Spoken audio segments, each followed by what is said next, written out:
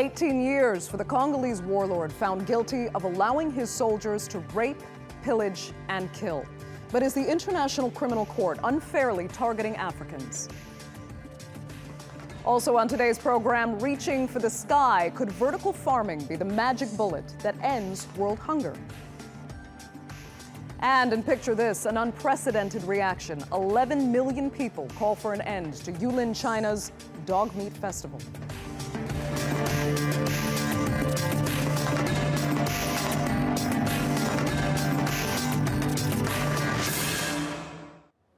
Hello and welcome to the Newsmakers with me, Andrea Sankey. Now, the International Criminal Court was set up in 2002 to end impunity for war criminals around the world. More than 120 countries are voluntarily under its jurisdiction, but the only people it's tried and convicted are African. And this week, it added another to that list with the sentencing of Congolese warlord Jean-Pierre Bemba to 18 years in prison. Now, it's prompted some African leaders to accuse the ICC of bias. But for many, including former UN Secretary General Kofi Annan, the court is one of the only places that can hold leaders to account for their crimes.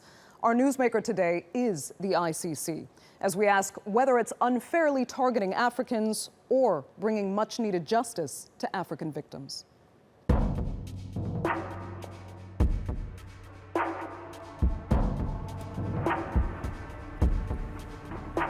For the foregoing reasons, the Chamber sentences Mr. Jean-Pierre Bemba Gombo to a total of 18 years of imprisonment. The first verdict to recognize rape as a weapon of war by the court of last resort. The Chamber... Former Congolese Vice President Jean-Pierre Bemba looked on from the dock as his 6-year trial came to an end. A crime against humanity. With the International Criminal Court's most high-profile conviction to date. More than 5,000 victims testified to widespread murder and rape at the hands of Bemba's militia in the Central African Republic between 2002 and 2003. His Congolese liberation movement entered the CAR to help prop up President Ange-Félix Patasse, who was eventually ousted. While Bemba's sentence marks a landmark conviction, it's unclear what deterrent effect it will have in a part of the world where sexual violence is often ignored. And his trial has reignited a debate over whether the ICC has a penchant for prosecuting black African leaders.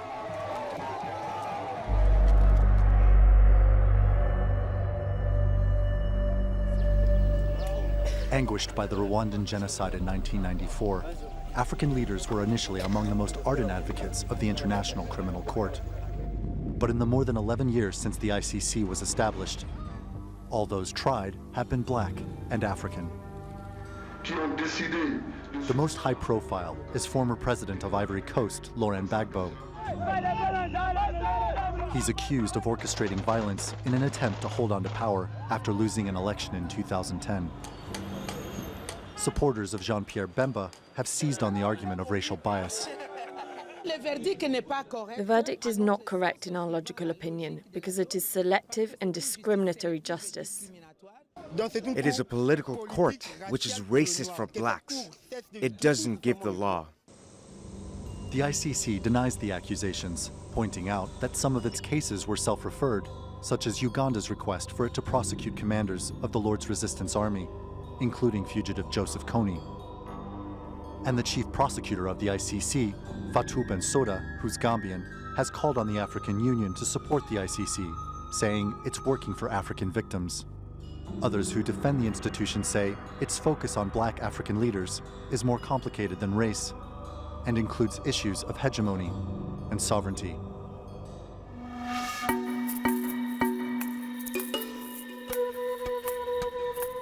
The ICC is only part of a complex picture of international law.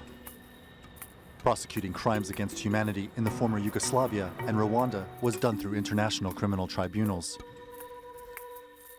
while the International Court of Justice rules on disputes between governments and cannot prosecute individuals. Of the 139 countries that have signed its founding Rome Statute, 34 are African. But a number of important countries like China, India, Pakistan, Indonesia, and Turkey have not even signed the treaty, while the US, which has signed on to the Rome Statute, hasn't ratified it and is thus not bound to it by law. The US has argued that its soldiers might be subjected to politically motivated or frivolous prosecutions. Even those who have signed have thwarted the ICC's authority, such as when South Africa refused to extradite Sudan's president, Omar al-Bashir, wanted by the ICC on charges of genocide and war crimes. The effectiveness of the ICC rests with the individual states lending it authority. And while the conviction of Jean-Pierre Bemba is a feather in its cap, more and more African leaders are taking the position that the hat no longer fits. Randolph Nogel, The Newsmakers. Well, joining me now from Nairobi, Kenya, is investigative journalist and lawyer David Matsanga. And in The Hague, we have Carrie Comer. She is the permanent representative to the International Criminal Court for the International Federation for Human Rights. Thanks both so much for joining us on The Newsmakers. Mr. Matsanga, let me speak to you first. Most everyone is willing to admit that the ICC is not a perfect institution, but your disdain for the court is particularly strong. Why? Because it bungled all the African cases right from Libya, DRC, Sudan, Uganda, Kenya. All these cases are fake. Evidence was fake. Witnesses were fake. Everything was wrong. 1 billion euros went down with no conviction that can convince victims. Victims have been left on their own.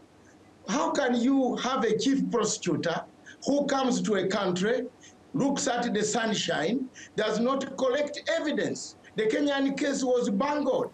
Witnesses were bought by the ICC to tell lies. That's why it took them very little time to change their tale of their lies. Mr. So how can Matsanga, you call this?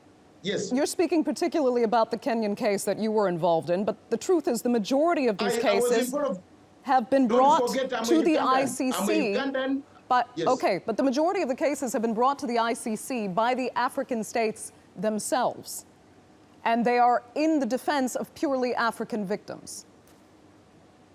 Let me tell you the ICC cases, especially the DRC Congo. Can I tell you one laughing thing? Laughable. The DRC case of Bemba, why didn't ICC also indict President Bozize? Who invited Bemba to Central African Republic? Is it at least better than nothing to get one war criminal rather than zero? How can you say one war criminal whom you have faked evidence? We have now proof that international NGOs, especially the lady upstairs there, these are the NGOs that have been funding Moreno Ocampo. There is evidence on Sudan, which I have filed to the appeal chamber. There is evidence in the Bemba case, that in the Bemba case, the chief prosecutor bought witnesses. Okay. And when it failed to convince the court, she went and arrested Bemba's lawyers. Africans are not saying ICC is bad. Africans are saying office of the chief prosecutor, either you reform it, scrap it, or we quit wholesomely. Okay. Carrie, let me ask you, is the ICC fit for purpose at this point? I think that some of these criticisms are quite sweeping and general. If we look at the most recent conviction and sentence of former Vice President Jean-Pierre Bemba, if we look at the quality of evidence that was brought in that trial, it is overwhelming and compelling, and the trial chamber did find it to be so. We're talking about truly atrocious crimes, particularly of sexual and gender-based crimes, that were enacted against thousands of victims throughout the Central African Republic. Those victims, more than 5,000 of whom participated in that case, for example, would probably have a very different view of the effectiveness of this court than Dr. Matsanga. If we look at the fact that the cases have mainly been referred by countries themselves, I think that's also key. Let's just look at the Central African Republic, for example. They referred the first case under which Mr. Bemba was prosecuted, and then returned to refer a second case for the ongoing violence, obviously seeing some value in the need for international justice. Okay, Mr. Matsanga, they did see value if they came back a second time. Let me tell you, the lady speaks on behalf of human rights. All what I'm saying, what human rights are you talking about when Bemba is not a person from Central African Republic, isn't it? Do you agree? Bemba is a Congolese. Bemba was invited by President Bozize. Why didn't the ICC indict both President Bozize and Bemba? Do you call that justice? I can't speak to why the Office of the Prosecutor would only indict Mr. Bemba. I assume that it's based on the evidence at hand. Mr. Matsanga, let Ms. Comer respond, please. Can I respond? You can. Please let Mr. Matsanga. Please let Carrie Comer respond. Okay, fine. I'll wait. I'm not going to speak on the choice of the prosecutor to indict one suspect over another, but I do find that your argument is a bit facile, because on the one hand, you argue that a prosecutor shouldn't indict a head of state, and on the other, you're arguing that the prosecutor should have indicted a different head of state. So it's a little bit confusing what argument you're making here. I think I am not, my argument is straightforward. Let's go slowly. Maybe I'll teach you something international law. In international law, the highest criminal is the one responsible for the atrocities. In this case, the highest criminal was the president of Central African Republic. Why did you take Bemba, who was invited by the president of Central African Republic? Tell me whether you have ever studied in a school. You seem to have not had any law at all when you know very well that the chief prosecutor took Bemba on a political manipulation by the then powers that control the International Criminal Court. Isn't it true? Mr. Matsanga. I can speak on behalf of the victims' communities that faced the violence in Central African Republic in 2002 and 2003. Our organization sent multiple investigative missions along with our member organization in Central African Republic, met with many victims of these crimes, which were victims of crimes committed by the MLC under Mr. Bemba's effective control. So although I'm not saying that crimes were not committed by others, there was a preponderance of evidence, some of which was gathered by our own investigations, that led the prosecution to follow that route and led the trial chamber to come to a very strong decision about his culpability. And Mr. Matsanga, let me ask you, what alternative can you suggest? Should these victims go without justice? Should they go without being heard? I am not saying victims should go without justice. I am only saying that you cannot have an office of the chief prosecutor which comes to prosecute, which comes to investigate, which comes to take people to court, and then decides the sentence through the chief prosecutor suggesting what sentence they should have. The question of Central African Republic, of DRC, there is clear indication that witnesses tampered under Article 70.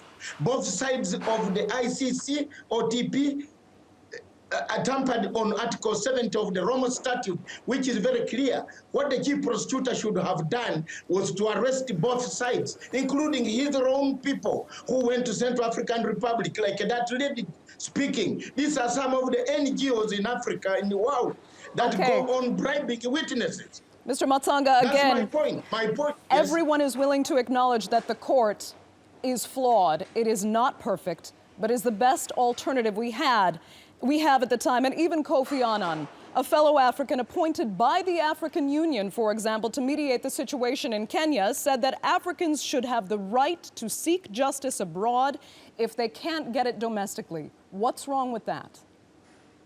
Let me tell you frankly, you talk of what is the name you are talking about? Kofi Annan? This is one of the most bogus mediator that you can have in the whole world. Kofi Annan came to Kenya, selected the suspects, selected the witnesses, and went with them and handed the envelope to Ocampo. What type of justice is that? If you come, crime is never divided into two. In fact, you should not even call Kofi Annan a honorable member. In Africa, Kofi Annan cannot even fly into Kenya. Because he fears of the statements that he has made against the Kenyan government. He is not he's honored by people like Mr. Matsanga, I'd like to give equal time. So, Carrie, I'd like to get your response.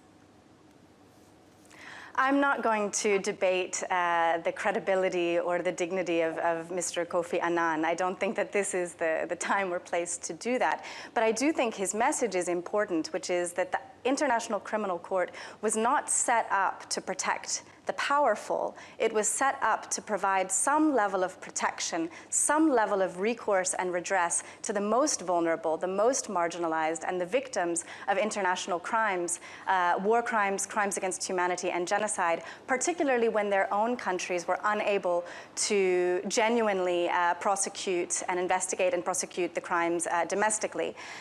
So whether or not we believe that Kofi Annan is a credible interlocutor, right. I do share his message that this court was set up to protect the victims, not the heads of state. Absolutely. We're running short on time, though, because I'd like to finish with another issue. One of the serious obstacles now that the ICC is facing is that member states or signatories to the ICC are now looking to drop out, from South Africa to Kenya.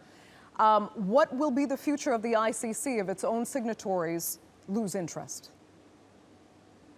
I don't believe that we're actually going to see anyone drop out. I think that generally there's a great push to move towards universality of the Rome Statute. It's in all of our best interests to have every state in the world sign and ratify this treaty. We know that we're not there yet. So our goal is to push for universality rather than to allow for people to avoid justice by dropping out. It's important to note that currently the International Criminal Court has opened an investigation in Georgia, which investigates as well alleged crimes committed by non-state party members such as Russia. And preliminary examinations, which is the pre-investigative stage, are ongoing around the world, from places like Colombia to Afghanistan, examining actions by UK troops, and also the situation in Palestine and alleged acts by Israel. So we're truly looking at this era being an internationalized era, if you can call it that, of the International Criminal Court. So I think that we may need to look forward in that respect, and withdrawing from the court at this moment seems a very backwards-looking move. Unfortunately, the clock is against us. I'd like to thank our guests both so much for joining us on the Newsmakers.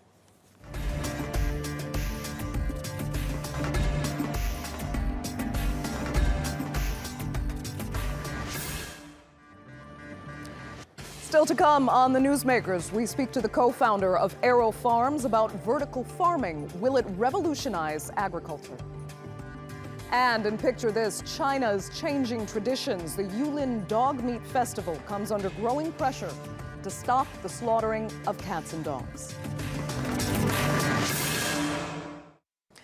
30 years from now, there will be almost 10 billion of us living on this planet, and we'll need around 70% more food than we currently produce. Now, striving to meet that skyrocketing demand, so-called vertical farmers say they're able to grow 10 times more food than traditional farms, using 1/20 of the water and no pesticides or herbicides. Christine Perovilakis takes a look at this futuristic food industry.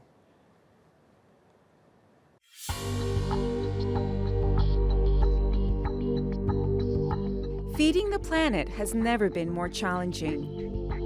The world's population is expected to grow to 9 billion by 2050, and the United Nations says nearly 80% of them will live in cities.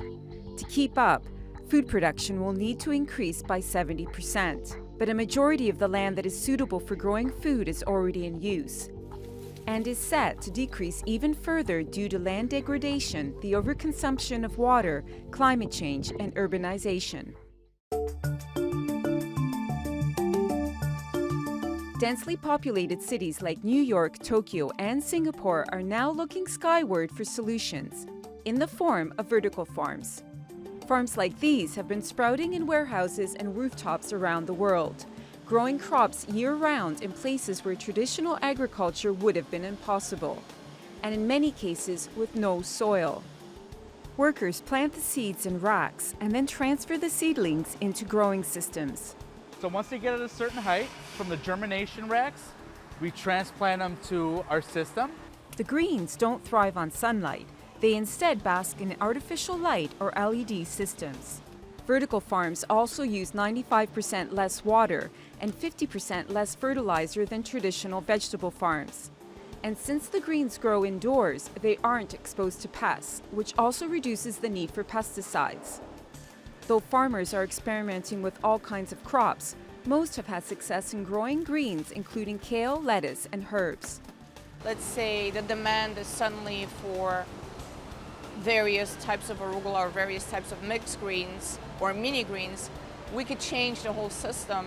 We could harvest the basil, change the system, seed a different plant, different green that it's demanded. Many of these farms supply local restaurants and supermarkets, cutting down on transportation costs and chances of spoilage.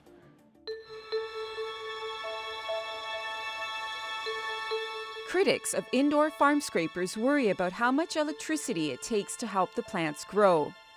But this may be mitigated in the future as more eco-friendly technologies come into play. One such example is Sky Greens, the world's first low-carbon, hydraulic-driven vertical farm in Singapore.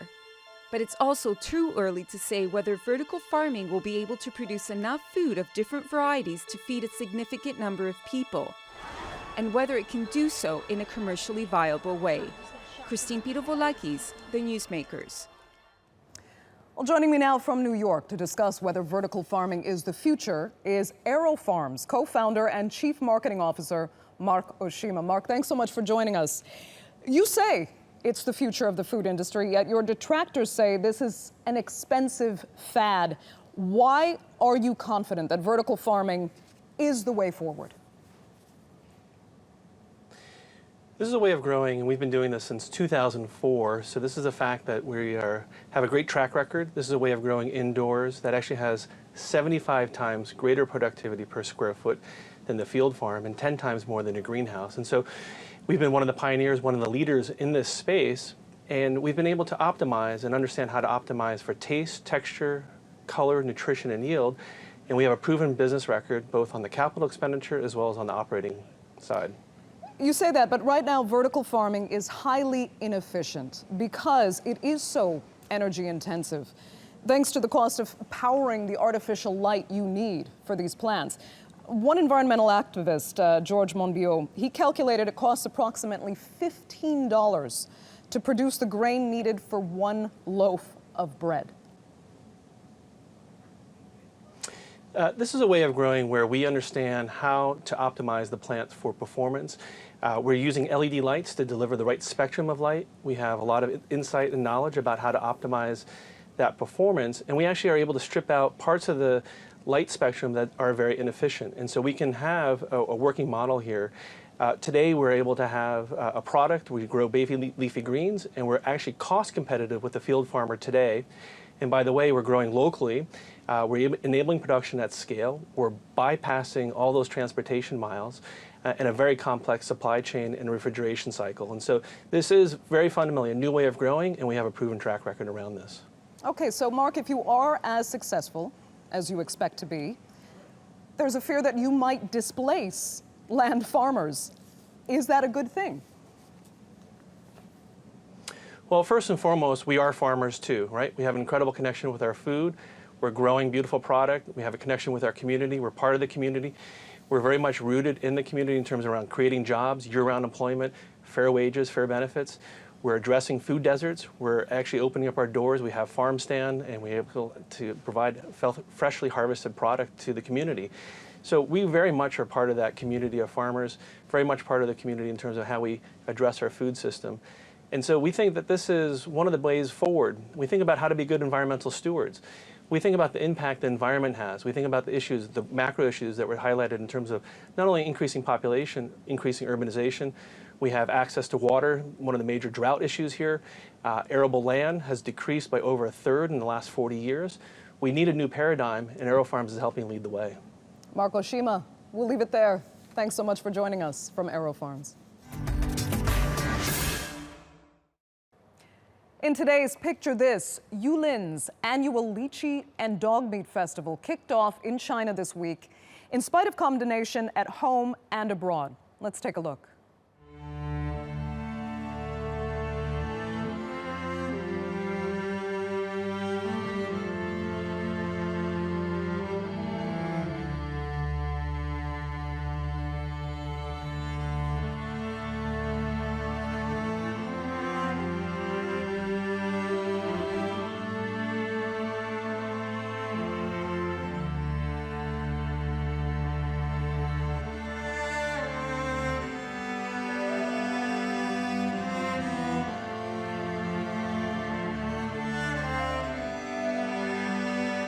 最好的朋友、最忠实的朋友，我们怎么能吃我们的狗、吃我们的朋友啊？你说？